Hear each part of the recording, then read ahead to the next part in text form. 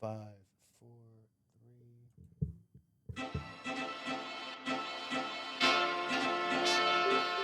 This is the Recovery Lab. Here we dive deep into the struggles, victories, and hope that stem from recovery. No shame, no judgment, just truth, grace, and inspiration. Let's walk this road together.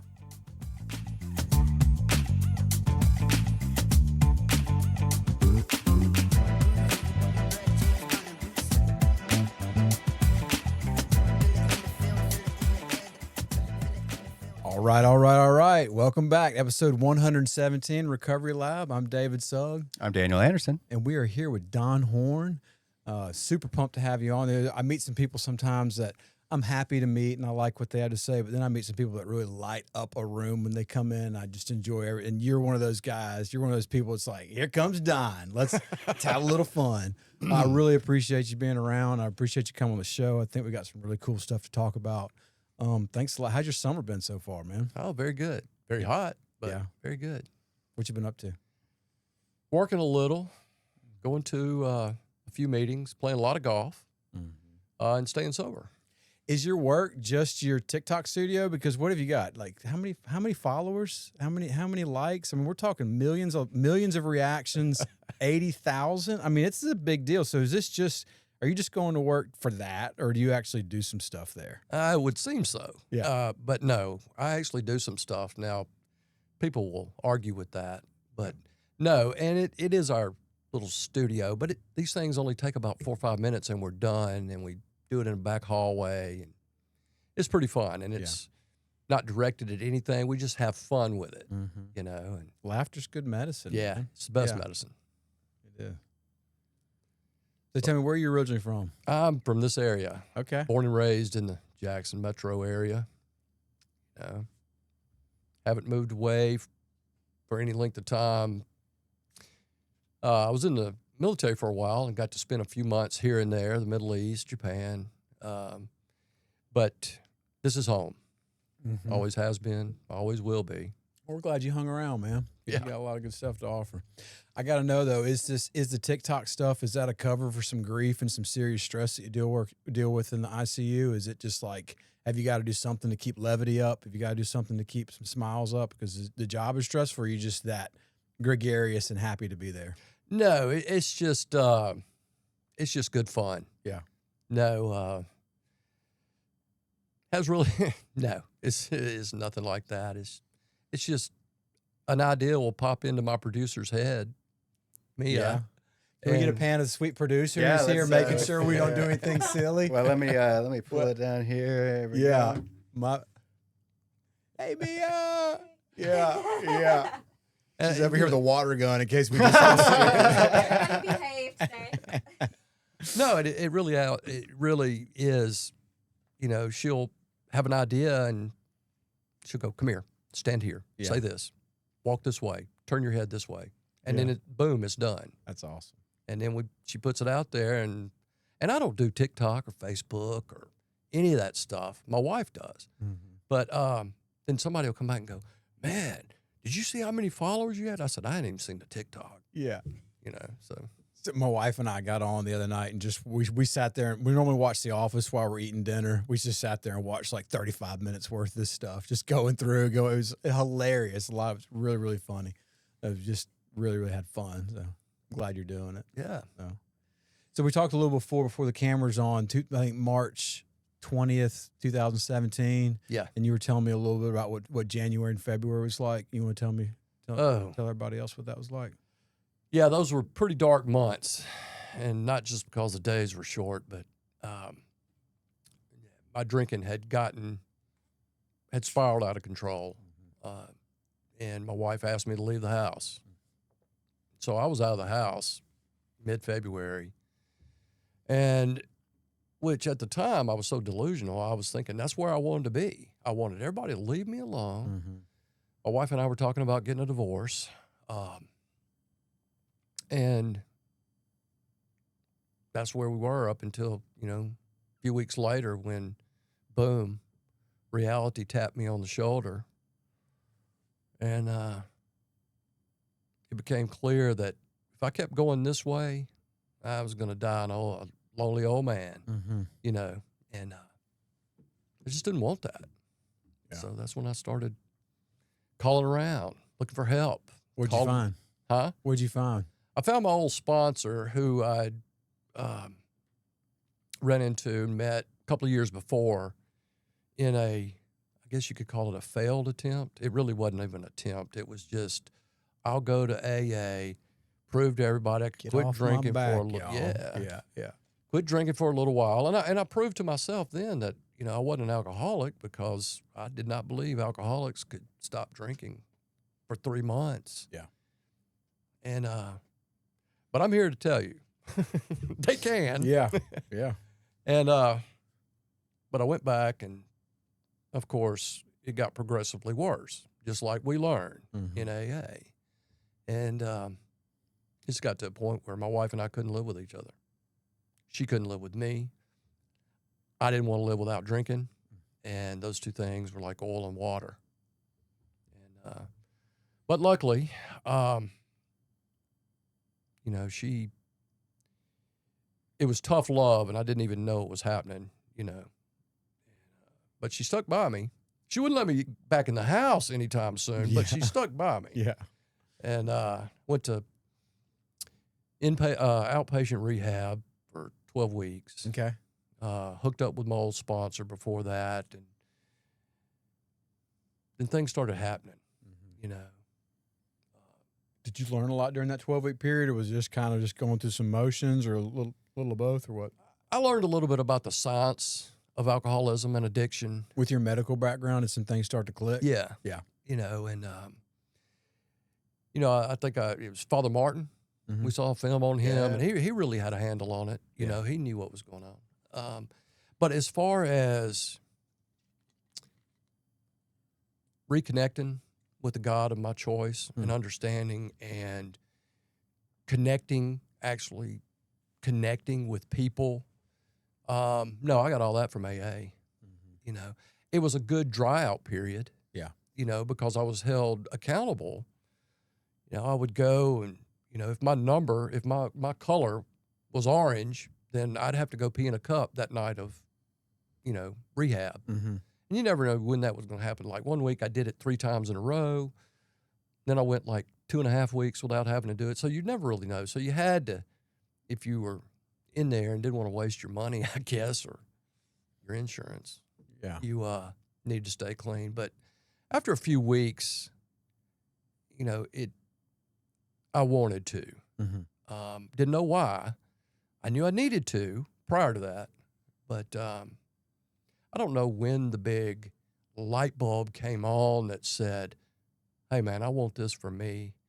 And I started catching glimpses of how I didn't need it, and that how I was changing emotionally, you know, instead of big, high, and deep wavelengths, it was started steadying out some, and I really liked that. So, you know, I kept on, and here I am. And I could go on and on about how grateful I am and what a different life I have. And hopefully I'm making a big difference in the people around me too. Yeah. You know, the ones I love, that I can be counted on, that I'm not just the drunk over in the corner. Don't call him after 9 o'clock at night. He won't be able to understand him on the phone, that kind of thing. You know. So that's, were you enrolled in like an EAP for nurses? Were you in a nursing program? No. They didn't? No. No. This was strictly voluntary. Okay. Now, I did inform my boss at the time that I said, hey, here's what I'm planning on doing. You know, basically it was like, I drink too much. Yep. I think I'm an alcoholic. I'm going to go to outpatient rehab. I'm going to start going to AA a lot. And I said, you know, big thing was, it will not interfere with my work hours. And she's like, good. Do it. Do it. And because, you know, as far as work goes, I was still somewhat functional. I mean, I made it to work every day, did my job, did it okay. Probably could have done some things better. But it, it was acceptable. And we got the job done, but I didn't give a lot of extra effort, things like that. But I was there every day with a badge on, hollering at people. So you're a couple years clean and sober, and then COVID hits at the hospital. Yeah, and you start. Well, tell me what that was like, because I mean that's still relatively new sobriety. 2-3 years. I mean it really is. We're like just kind of figuring out who we are, what's going on. Right. Feelings like you talked about are maybe starting to level out. Maybe they're not. It took me like 5 years before I could even like carry on a good conversation. Yeah. But tell me a little bit about what that was like. Looking back at it now, it was a tremendous learning experience from my AA perspective. I'd learned all the things to do. And I failed on every one once I got wrapped up in COVID. It initially, the first few months, it was okay. Everybody was maintaining. And but I don't know, the fear of it all and seeing all the deaths, it started taking a toll. And, it was scary because doctors didn't know a lot. Nurses didn't know a lot. Our federal government sure didn't know a lot. Yeah. And we didn't know where this thing was going. And so I kept it tamped down, so to speak, but it started taking its toll, and the fear started rising to the top, I guess, and it would come out in just anger at anybody and everything, and at myself. And now, luckily, I stayed dry, and that's about all I can say, because my emotional sobriety, I guess it's about 1.5 years, just spiraled downward. Yeah. I don't know how that I kept from drinking or using, but I did know enough. I'd been in AA long enough to know that was only going to make things worse, and maybe that was it. Yeah. And I kept going to meetings, even when there would sometimes be just 2 of us. Were you going to some live meetings? Were you able to catch? Yeah. Yeah, never stopped going to live meetings, but there was times where there would be, in meetings that normally would have 20 to 30 people, there may be 2 or 3 people there. Yeah. I tried the Zoom meetings. That just didn't do it for me. I needed personal interaction. Yeah. The first Zoom meeting I attended, halfway through it, this guy comes on, and he's got a cheeseburger that's falling out of his mouth, and he's trying to talk, and you can't. I'm like, Zoom meetings aren't for me, man. Yeah, yeah.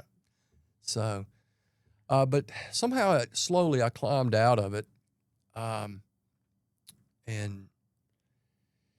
I don't know. I look back now, and I was like, okay, I did that wrong. I did that wrong. I did that wrong. But what do you think you did wrong? I wouldn't listen. I couldn't listen to anybody. I would ask for help. Yeah. But you never gave me the answer I wanted. You probably gave me something I needed, but it wasn't what I wanted. Yeah. And I've reverted back to the old Don. This is all about how COVID's affected me, and me. And and once I lost sight of the proper attitude and the proper, I don't know, daily practices, it kind of, that's the way it was for a year or so, just full of fear. And it just came out in anger. So was the drinking during this time just literally just something that you just knew you weren't going to think about, and you just charged on through your daily life? Were you thinking about, did you have any kind of, or was any kind of cravings, or were you just stark raving dry? I didn't have any cravings. Yeah. But I would have thoughts that it'd be like, man, this would be a good time. There's so many people that were going through the same thing, though. I mean, I remember we were having dinner with friends March. Might be my birthday dinner. We were hanging out with people at Lou's Diner, and then like something had happened, some basketball game or something had just got shut down, and we were like, huh? Yeah. You know, we didn't know what. And then like a week later, somebody shut something else down and we just didn't really know. And then beginning of April, things were just more and more stuff was closing. And we were hearing about this virus. And my wife and I, you know, we run a couple of little small businesses and they're dependent on people. You know, people got to come and pay us money for our services. That's how it works. Right. And they were like shutting them. What part of our business is Airbnb stuff. And they were just canceling. Airbnb was just shutting things down. They were refunding money without. We had, you know, $20,000 worth of bookings that just went away. They wouldn't let people travel. They just said, you can't come and we're giving the money back. And we were like, it was really, really tough. But the scariest thing was our involvement with our program and not knowing what was going to go on. Our clubhouse is shutting down. Can we still meet up? So we immediately started a Zoom meeting and we put it out there. We didn't know what was going to happen, but we had people that were joining on and coming every night and ended up, like there's some people who got clean and sober who never went to an in-person meeting for like 2 or 3 years. Yeah. They were just doing that. And it was some of that stuff, you know, cheeseburger falling out of the mouth and drunks, you know, getting on there. I mean, like live drunks, you know, it was like, and it was weird, but it was the best we could do. It was such a trying time. And we came out of it. There was a lot of those same feelings that you were talking about where it was just, you know, I was doing the deal, but it was just willing myself through it. Just like, let's get through this. And it just didn't happen fast enough. I mean, it was maybe a year and a half of that stuff. And then when they were coming out with all the crazy EIDL or this SBA money or whatever, trying to figure out what do we need? What can we do? But it was wasn't a game we signed up for. I mean, it was tough. We got through it. And I think I probably handled some things pretty poorly in that, but we did get through it. Right. So, curious, when did the TikTok stuff start around that time, before or after? No, it was way after. Way after. I guess the ones that we started doing that we really started rehearsing were probably in late 2022, maybe. Okay. You know, and then it just kind of, like I said, if Mia had an idea that popped in her head and we were there together working, she'd go, hey, come here. Yeah. You like this idea? Every now and then I'd go, no, I don't like that one. Tell me one that you didn't go for. God, I can't remember right offhand, but because most of the time it was like, yes, ma'am, no, ma'am. Yeah. Yes, ma'am. Okay, I'm ready. But I can't remember the one that I just absolutely refused to do. Yeah. She may, but I don't. But like I said, it's just, there's nothing, no underlying meanings to it. There's no way to, it's just, we just have fun doing it, Yeah. And from time to time, it got us a little merch. You know, we got a couple of pairs of tennis shoes. We got, we received some scrubs one time. Yeah. I got some shirts from Untucked. I saw that one. Yeah. Yeah.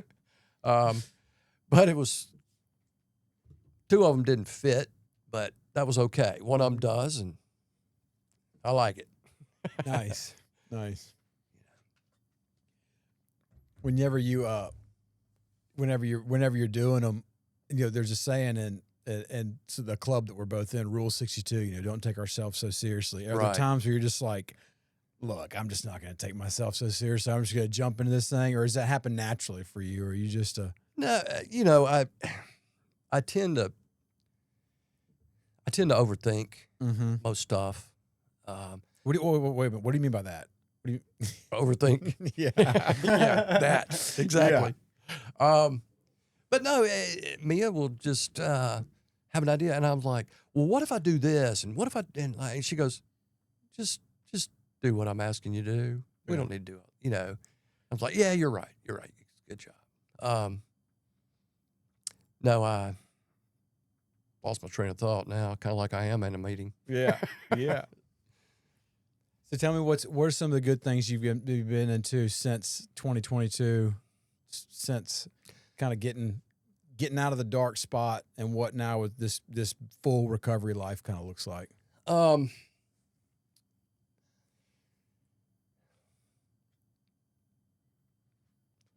Once I've got out of that downward spiral after COVID and got back into it, I started volunteering to sponsor people. There you go. Again. Yeah. And got some sponsees. And started working with some of those guys. And it really made me refocus on the basics of the program. Mm-hmm. And, you know, I'm such a smart guy that after 2.5 years, I pretty much had it down. Yeah. And that one thing I learned from COVID is that, you didn't. There's still so much more. Yeah. And, you know, it's easier to talk the talk than it is to walk the walk. Amen. That was one thing I learned. But starting to work with sponsees, you know, I could see myself in their stages and of sobriety and stuff, and it made me go back and revisit that and see what I did wrong, what I did right, what my sponsor told me, what my sponsor would have me to do, and none of it was any original thought. It was all what I had learned prior, but I had forgotten. Mm-hmm. And now I'm relearning it. And, you know, I think that helped get me back on the right track because, you know, it really is about being willing to help others. Mm-hmm. Just do what you did. You know, I like to think that sometimes in meetings and stuff or when I'm talking to people, I come up with these poignant little things or these epiphanies that, People said, would you sign my book? What you said, would you write that and sign my book? Yeah. That was amazing. Like nobody's ever done that. Yeah. So it's like, but no, most of the stuff that I get and that I regurgitate out and stuff, somebody at some point said it before me or said it to me. Mm-hmm. And, you know, and that's the way I think this program's supposed to work, especially AA. Mm-hmm. It Was just has to go down the line. 100%. Was there ever a time where, like, working with another alcoholic for me, it's like that is the magic ticket. Like, that is the way for me to get out. Can you recall, like, a certain time when you were kind of low in early sobriety or whenever where, you know, a sponsee gave you a call, came in clutch at the exact right time, and it actually really helped you to continue on with your day? Was there anything has that ever happened to you with a sponsor-sponsee relationship? Yes. Specifically remember gentleman I was working with, he was struggling with what he felt about God. And, you know, he was mad at God for all these bad things happening to him. He blamed God for a lot of the things that he did. And he also had this woe is me kind of attitude, like God doesn't even want me around. He knows I hate him, and he hates me. Wow. And I was like, well, I just don't know if this AA thing's going to work until you get some of that sorted out. Yeah. And took him a while, but he did, you know, and he would ask me, man, what do I do about this pertaining to God? I was like, that's one thing I cannot tell you how to do. You know, you have to figure that one out on your own, how you feel about God. But what it made me do, it made me rethink where I stood with God and what I felt about the God of my understanding. And that really got me to a different place after that. And, you know, that was one of the things that I was missing during that low point during COVID was that even though I do my daily prayers and stuff, I wasn't sincere with it. I had gotten back to those old foxhole prayers. Mm-hmm. You know, God, get me through this day. God, Yeah. not God, what can I do for a fellow man who's still suffering? Yeah. And just completely, all that went, because, you know, COVID was real life. AA was, you know, it was just something I did to keep me from drinking. Yeah. And I learned then, after, looking back, once again, I looked back and I was like, if I could have used this as a guide for living, like I try to now, that I could have gotten through that period a little bit easier. But, you know, the old saying, we don't know. we don't know what we don't know, and it takes what it takes. Yeah. But I think now I'm right where I'm supposed to be, and I think I needed to go through that to help me grow. And so now I just kind of scratch my head and wonder, okay, what do I have to go through next to grow some more? Yeah. You know, but there'll always be trials and tribulations. In fact, it was great because last year I lost my brother in August of this year. It'll be 1 year to cancer. He had a year-long struggle with cancer. And early on, you know, there was a lot of fear. Yeah.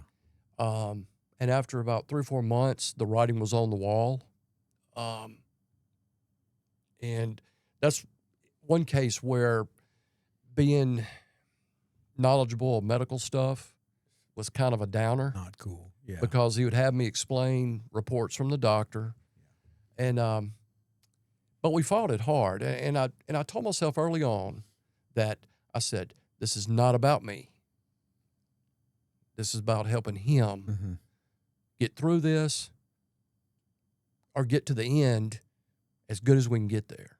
And I really think if I had not have gone through that crap with COVID and made so many mistakes with myself, that I would not have been as good a servant to him as I was. And I'm not patting myself on the back, but I leaned on this program and people in it, and it got me through it. And it was good. We lost him on August the 16th of last year.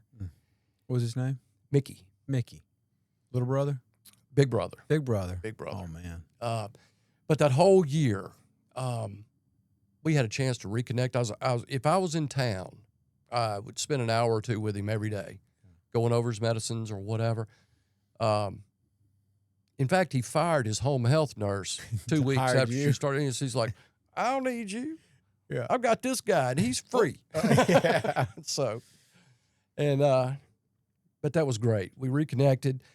Reconnected with his kids, that just because of life, people go their separate ways, and we're still close now. So there was a lot of good that came out of that sad situation. It really, you know, and like I said, I'm glad I handled it better this time, but it was the program that I was leaning on, and like I said, the people in it who were a lot of strength for me, because I had to be strong for him, you know. I couldn't let him see me sweat, so to speak, you know.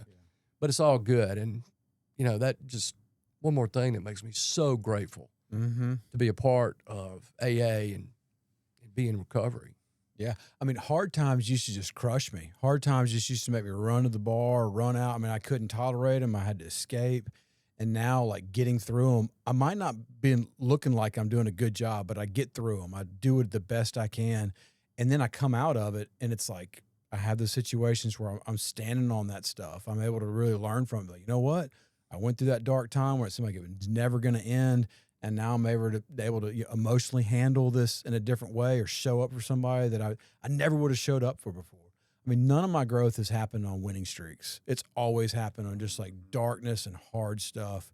It's in a weird way, like I don't welcome the pain. I don't want to see anybody go through that stuff. I don't want to go through COVID again. I don't want to have these things happen. Right. But I also know that if I can just do the best that I can do and get through it, I'm going to get something out of it. I'm going to be able to help more people. Right. Whereas if I make it about me, I mean, I'll go right back to, you know, family wants me out of the house, doesn't want me around, because I make it all about me. And that self-pity and that hurt and that frustration, they just can't stand to be around me. Right. It's amazing how the hard stuff builds and just kind of lets us be available. And then these other things seem so small. Right.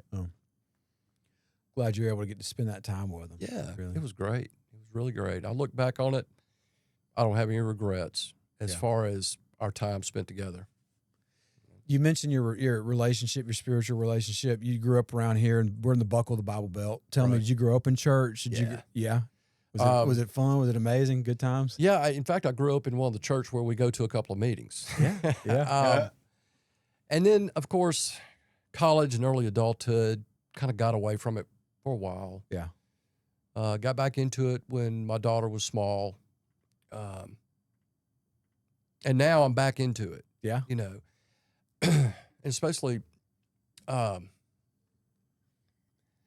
that I'm sober and I pay attention to AA and the stuff I'm learning in there, and now I'm sober enough to sit in the pew and listen to the stuff I'm hearing in there, it jives, man. Mm-hmm. It jives. You know, and especially with the God that I know and understand. Yeah. You know, it really does. They enhance each other. And I'm really grateful for that gotten back into church. And it's just another way to get out of yourself and put yourself out there for others. You know, my wife and I are on a different committee. We volunteer to help deliver meals to the shut-ins from time to time, you know, and that's always cool. Get to see where people live and hey, let me peek in your house. Yeah. We'll be right back, ladies and gentlemen. I did Meals on Wheels out in like rural Texas, like 20 years ago, 25 years ago. I was working at a camp out there, and it was crazy. I mean, like seeing how some of these people lived and seeing what they needed and seeing like the meal that we were dropping off was the only meal they were going to get that day. Like that was it. And I mean, then I was in a different place. It was pre-sobriety, but I was still awake enough to realize, like, man, I got it real good compared to these. I don't know. We deliver 100 meals, you know, every Wednesday or whatever. Me and another person from this camp, and it was just so sad. I mean, it was fun. It was happy. We'd go in and talk to people and just jive for a little while. Yeah, man, just getting to do something like that and seeing how somebody else is living and seeing their gratitude and seeing like how they've saved their roll from yesterday and like, oh, you bring me a juice, you bring me that, whatever it was. It was really, really cool. So you do that now currently? Yeah, and it's usually once or twice a year that we get asked to volunteer to do that. Are you getting out in rural Rankin County? No. It's actually just members of the church. Okay. Generally older people or disabled that can't get out, and but they still want to be a part. Yeah. And so that's cool, man. Yeah, it's cool. good. You got any other little side quest service work that you do outside that you like? No, not really. You know, if I do too much, it'll get in the way of playing golf. So I got to be careful. You know, no, not really. I attend a lot of meetings, and I've got a couple of sponsees now that we talk a lot. But no, I'm not Mother Teresa or anything. Yeah. You know, won't ever be, but, you know. Yeah. You put a lot in. I see you around a lot. It's always fun to see you out doing your thing. Yeah. I mean, I like it. It's you know, I tell you one thing I've gotten from that is 9 out of 10 people that I play golf with regularly are us. Mm-hmm. You know, most of my friends that I do anything with are us. Mm-hmm. You know, and it's fun to be able to laugh and joke about the old dark days, you know, and but it doesn't make me or I think any of them want to go back to that. Yeah. But, you know, we get big laughs out of some of the stupid things that we've done, mm-hmm. you know, but, you know, it says in the book, you know, it ceased to be fun. Yeah. You know, I can't put my finger on when that time was, but I know it happened. Yeah. You know, a few years ago, I know it happened. But anyway. It happened to me a few times in my drinking career where it was miserable, and I just bulldozed on through it. But I remember like sleeping on piles of pizza boxes and drinking Evan Williams first thing in the morning. I mean, just like doing that for a long time. My dad died, and like, we got a little bit of money, and it just ruined me even more. I mean, I just went on this roaring bender for like a year. I mean, never drew a sober breath. I mean, I was thinking about suicide, and I was just like, I didn't want to do that. And then I went to the penitentiary. I mean, it just kept getting worse and worse. And then in there, of course, I mean, I'm like, oh, I've got to do something, but I didn't know what to do. But I mean, there were so many times where I was thinking, I've got to do something, but then I would just drink that away. I would just drink that thought or that hope away and just like, whatever, man. Just, I'll worry about that tomorrow. And tomorrow just never came. It just didn't happen. Yeah. Just kept drinking. I drank athletically. You know, like I'm gonna put work into it. Right, You know, like it wasn't just like, yeah, I'll have a few of these. Like, no, we're doing this. We're getting it, you know. Drink for oblivion. Right. And I never knew that until I sat down in the rooms and like, we drink for oblivion. And I was like, yeah, we do. Yeah. It's exactly what I do. It's all about the blackout. Yeah. Forget this stuff. Yeah. Glad I'm not having that kind of fun anymore. Yeah. And we called it fun? Yeah. That's insane. Yeah. It's so crazy that you see it now. We see Yeah. it when we're on the other side of that coin, and then the newcomer comes in. They're like, I don't know, man. I kind of want to go out drinking. You're like, what's wrong with you? Yeah. Go for it, dude. Yeah. Go. Here's $20. Have a blast. Yeah. Tell me if it gets any better. Yeah. Oh my goodness. I don't know. I've got, I've had other people that I label as alcoholics. You know, when they tell you you're drinking too much, when an alcoholic says you're drinking too much, Yeah. you might want to listen. Yeah. But no, the road goes on forever and party never ends. Right. Yeah. Yeah. I would hang out in bars and everybody, when they would be there every day, every night, they would shut it down every night and they would still be like, you've got a drinking problem to me. And it's like, no, y'all are all here, but I did. I mean, they were just heavy drinkers. Right. Some of them might have been alcoholics, but I was the guy who just did dumb stuff, said dumb stuff, woke up and sleeping in people's cars, take me home, just horrible stuff. Yeah. They were all like, that guy's got a drinking problem. Yeah. Like I said, my wife just finally had enough of that. Because the last few years I was trying to hide it all the time. Okay. And she found every one of my hiding places. Yeah. And I had some good ones, but she knew where to look and she found them. Yeah. And it really just pissed me off. Yeah. Tell me, Mr. Sneaky Hider, where's your best spot? Well, I had a place up under the seat in my truck it was tucked up off the floor. Okay. In the bottom of the seat. Yeah. And I thought that was the No best one's ever one. gonna look They'll there. look under the seat. Yeah. But no. She finds it Yeah. and is like, God almighty, I don't know where else to put it. It'd be in my golf bag, I never thought to hide it in the back of the toilet though. Never did that one? No, never did that. But and the only reason was because I would have to get it from there to outside. And that clanky lid. You're like, Yeah. Yeah. No, but so I would have to drink like on the way home and drink fast, and then come home and have to act sober. And that used to just really drag. Yeah. That's such a So drag. bad. Yeah, it was a buzzkill. Yeah. And then it would make me angry. Yeah. And so I would pick arguments, So we could leave and go do some more. And yeah. And finally, after this pattern went on for, I don't know how long, enough was enough. Yeah. I used the day that I was asked to leave, and I keep saying ask in respect to my wife because I was not asked. Yeah. It's not an option. But anyway, Yeah. I used the death of an old high school chum as an excuse to get drunk. And so I came home and wasn't hiding that I was drunk. And she's, are you drunk? And I'm like, yeah. Yeah. And that was it. That was February of the year I got sober. And I couldn't really understand. I was like, why couldn't I get drunk to grieve over my buddy who actually died from effects of, not directly, but It was sped liver up ca- by. yeah. Yeah. it was brought on by the damage we'd done in our early days. Yeah. So just, Can I have a few drinks over this one? Yeah. I, sitting here just thinking, God, we were stupid. Yeah.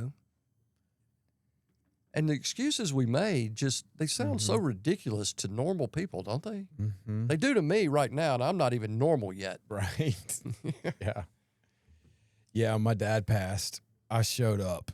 It was like fear and loathing in Las Vegas. I was spun, dude. I was spun so hard and I was completely useless. It was looking back on it now, I was like, that was probably one of the biggest fails. I've messed a bunch of stuff up, but like not being there for the family, not being there, like making it all about me, just just being so sketch and so all over. It was so bad. It was so bad. And I used it all as an excuse to just tie one off, man. I mean, I went so hard. And then right after that, nobody in my family would have anything to do with me because it was so just such a poor performance. It was so bad. Yeah. We take these things and we use them as a license or a ticket to go do what we want to do. And yeah, there's some grief. There's some things I didn't know how to deal with the stuff. Right. But still, it's just so looking back on it. I mean, that's embarrassing stuff. Yeah. I had a sister's wedding one time and did the same thing. This was supposed to be a joyous occasion. This was supposed to be like, hey, we're celebrating. I did the same thing, just like, what is wrong with this dude? So, the bar, they'll kind of whisper and laugh, but you go to a bunch of family events where nobody's drinking and they're just like, they're terrified. It's like, what is wrong with this guy? So being able to suit up and show up and be fully present is like, man, I relish that. I love it now. Like being able to sit down. My mom, she's 76 years old. She's still teaching, and Rachel and I go down there at least once a month or once every month and just help around the house and hang out and do something. Right. It's like getting to do that and not hitting her up for money, not asking her for anything, not acting an idiot. Sometimes we leave and I still she's kind of surprised. Like, that just happened. It's so cool to be able to do that. I never came close to that. I couldn't leave without, Mom, can I get a little of this? Can I get that? Or her just throwing me out, Right. And now to have it completely change, it's a different universe. It really, is. So cool. What are you most looking forward to this year? Tough question. I guess I want it to cool off soon. Okay. That's one of my immediate needs. Yeah. I don't know. I don't know. I'm really I try not to look too far ahead because I do that, and I ended up getting wrapped up in when stuff doesn't happen that I wanted to happen. I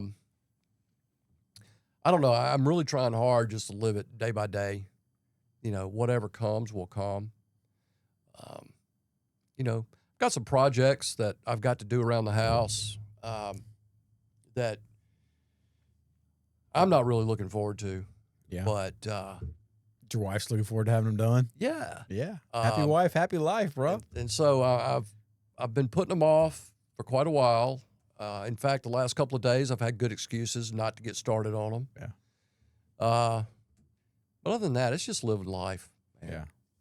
Just living life. So you're still going to the hospital. You're still working some. You're partially retired? Yeah, 2 or 3 times a month. Okay. Very, very, very part-time. Is your wife retired? No, she's full-time Okay. at the same hospital. Okay, cool. Yeah. Have y'all got plans of what y'all want real retired life to look like? Have y'all got a bucket list? Well, honestly, and I may get in trouble for saying this, I'm kind of scared. She's got 5 or 6 more years before she retires. And those quiet afternoons in the air conditioning with the dogs, everybody's just chilling. When she comes home, many days, those won't happen. Yeah. Because she's more of a go-getter than I am. I'm basically a lazy person, David. I really am. and I thrive Yes, you do. being lazy. Yeah. But my wife And is you're in trouble. Just let me go ahead and just take the pen out of that one. Yeah, you're in trouble. But it's okay. It's all right. But my wife is anything but lazy. Yeah. And but the thing is, when she gets busy, she wants me to be busy too. Yeah. And so anyway, that's what 5 or 6 years is going to look like. Yeah. If we're still together then after this podcast. Yeah. Oh, you don't want me to retire. You don't want me to come home. I make you work, huh? Oh, yeah. My wife's got me doing a bunch of honeydews. I've been working on some other projects around different stuff. Some of those are wrapping up. And she's like, all right, we got to get to it. Anyway, she had me pressure wash for 2 days. And she came out and said, oh, it looks so clean, but now it's got to be painted. Like, great. Yeah. You just told me pressure wash it. You didn't tell me I was going to have to paint it afterwards. So now now this has happened. And now I'm going to have to probably get some other furniture for the back porch. And it's never ending. It's never ending. Yeah. But, like to be able to do those things for her and to see her enjoy it, golly, man. Because I was I show up in places and people are just like, leave, don't come back. You're not welcome here. And to be able to do something where I'm creating a space where she's happy to be, I mean, Yeah. dude, that's mind-boggling. That's Yeah. crazy. That's gifts that this program gives us Mhm. that I'm just now starting to. Now, all these projects, like I mentioned, they're needed. Mhm. They're not just something she dreamed up. I'll give her that. They are needed. But the bad thing is that she's brought it to our attention now. And it's like, yeah, I know they need doing. It's like in the program. It's like once you know, you're responsible. You That's don't get to right. blow it off anymore. That's if we right. didn't know, you just plead ignorance. Like, Right. I didn't know about that, but now we know. It's like, well, it's on your ticket, dude. Yeah. You got to do it. That's right. That's right. You know, it's nothing real bad once I get started. My thing is just getting started. Isn't it? Yeah. Yeah. You know, I'll look at it for a day or two and then go, huh, okay, all right, Yeah. I'll do it. You know? Isn't that so much of life though? Just momentum and just getting Yeah. off go. Like just go. Just Yeah. start doing something. I mean, that's what it was like with my program. I mean, I did not, when I came out of the penitentiary, I did not want to do any of this. But it was just, I mean, I had this, I mean, the deck was stacked against me. If I didn't figure out a way to get sober, I was going to spend the rest of my life incarcerated somewhere. And I was like, I got to do something. But I mean, I was sullen. I didn't want to talk. I didn't want to be around all you bright, shiny people. Like, yay! I didn't want to do it. And I kept doing it. I showed up, and got a little bit of momentum. And then every now and then I found like, what's that feeling? It's like, oh, I'm smiling. Yeah. Like, oh, and it would happen quick and it would go away super fast, but it was happening. It was the first time in years that I was laughing. It was the first time in years I was looking people in the eye and not wondering like, are they going to get me? You know, am I doing Right. something wrong? And I got hooked on that. I mean, I got that became my thing. And it took a while, but after about a year, it was like, I want to go. I want to be around these people. I want to see them because I had never, ever had that before. Like real connection with people that really just were there to support and love me just because I was somebody who was there. Yeah. I didn't have to do anything, say anything, make anything up. But just getting started is so much. I mean, that's just the biggest thing, just doing it. I don't know. I'm lucky to have a great support system. Mm-hmm. You know, and my wife and I talked early on about, you know, what AA is and what's it gonna look like down the road and everything. And like, well, honey, they say it's for a lifetime. And we agreed early on that AA was going to have to be a priority. Yeah. Because without AA, I wouldn't have anything. And, you know, it still is a very huge part of our relationship, too. Sometimes she'll come home, you have a meeting tonight? Like, yeah. Okay. Well, then I'm not going to cook supper. Okay, great. You know, and she pretty much now has the nights down that I'm gone to meetings and the ones that I'm not, you know, and it's pretty cool. And our life just works around a lot of that stuff, you know, because it's needed for us. Yeah. And it's wanted a lot by me and needed, but still, you know, I'm the kind of person where it doesn't matter if I need it or not. If I don't want it, a lot of times I won't do anything about it. But I've had enough grace shed on me to know that, hey, dude, you're grateful to be able to go to that meeting, so go to that meeting. Yeah. You know? I get to get to Yeah. do it. Do you find like being married, do you find at times you're running across kind of emotional booby traps or emotional bombs and you're able to sidestep it and you're like, I nailed it. Like I did that good. No. It'll come. I mean, but Stick I with it. get to, because my wife sets really, really good ones. Yeah. You know, to where there's no escape. You know, I walk right into a trap where there's no turning around, there's no turning left or right, and it's like you're caught. You're there, and she has fun with me when she does that. You know, but yeah, you know, I can tell you what I don't do anymore. I don't set myself up. You know, and I can't think of any specifics, but I used to set myself up for failure when it came to that. You know, saying the wrong things, doing the wrong things, and thinking it was okay, or thinking it was super smart to come out with that line right Let me there. lob this one over there. Yeah, I'm going to show her. You know, and that head just turns on the couch. Yeah. It's like, what did you just say? Oh, but I don't do that as much. I can still put my foot in my mouth with the best. Perfection. Very good. Yeah. Thank goodness. My wife and I, this December will be 8 years. And it was about 8 years sober whenever we got married, and now it's been 8 years we've been married. And dude, it's been tough. It's been tough. I've learned a lot, but like the biggest is, restraint of pen and tongue. I mean, I used to have to we need to fix this, right? We need to get to the bottom of this right now. And she's just, A, that's not really probably how things are done, but B, that's just not how she operates. She wants to do things in a very calm manner whenever she's ready. And I just couldn't understand that. I was like, nope, we got to do it right now. But I tell you, the one that really gets her, if I ask her to calm down, I might as well just wrecked her car and not told her about it. I mean, in fact, one day I'm walking through the house and she's talking to somebody in our sober living business, and I hear her say, "You are not going to talk to me like that." And I'm like, whoa, I wonder what they said. So anyways, after the call, I was like, what were they saying to you? Was it an F-bomb? Was it a B-bomb? What was it? No, she told me to calm down. I was like, oh, okay. So this is a universal thing. This isn't just about me. Yeah. Doesn't want to hear it. You tell her, because she's super cool, man. Got a probably 40 beats a minute heart rate. She's all good. And you tell her to calm down. She's like, I stay calm. You're getting me riled up. So but I've learned those things. A, I don't say that. And B, just let her take her time. It's just, they're from a different planet, man. They're just different. They gotta do things different. That's right. But that's all from the program. That's all from me, recognizing I can sit here for an hour and not say anything. I can do it in a meeting. Why can't I do it with her? Right. I'm able to do it. So, well, because of this program, I get to celebrate my 12th wedding anniversary this weekend. yes. Wow, Oh, wow. Yeah. Cool, man. Yeah, and I tried my best to end it after 4 or 5 Yeah, years, drink but it up. Yeah. for some reason that woman just wouldn't let it go. That's awesome. So I'm pretty excited. Where'd y'all get married? We got married in Bay St. Louis. Okay, cool town, dude.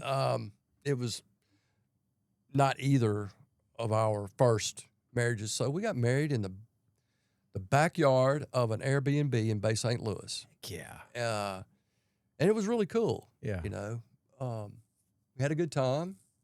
We had wasn't really a minister. It was kind of a minister, but, didn't belong to any faith, Mm-hmm.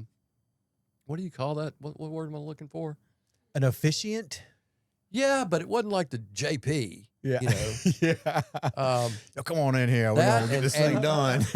And the Airbnb hostess was our witness. Yeah. That's so cool. And had a nice weekend down there doing that.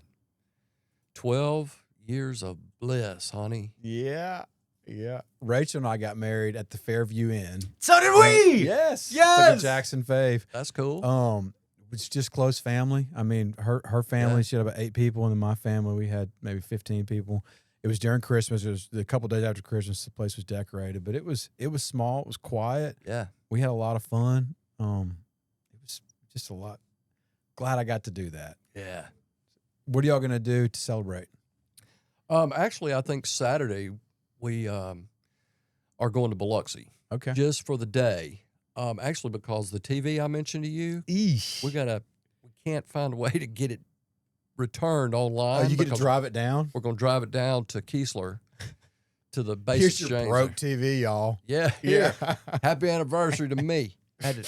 So we'll go out to eat and make a day of it, and Cool. just make it a day trip. That's awesome, man. It's cool. The gifts of sobriety, man. Yeah. Yeah, you got them. We got them.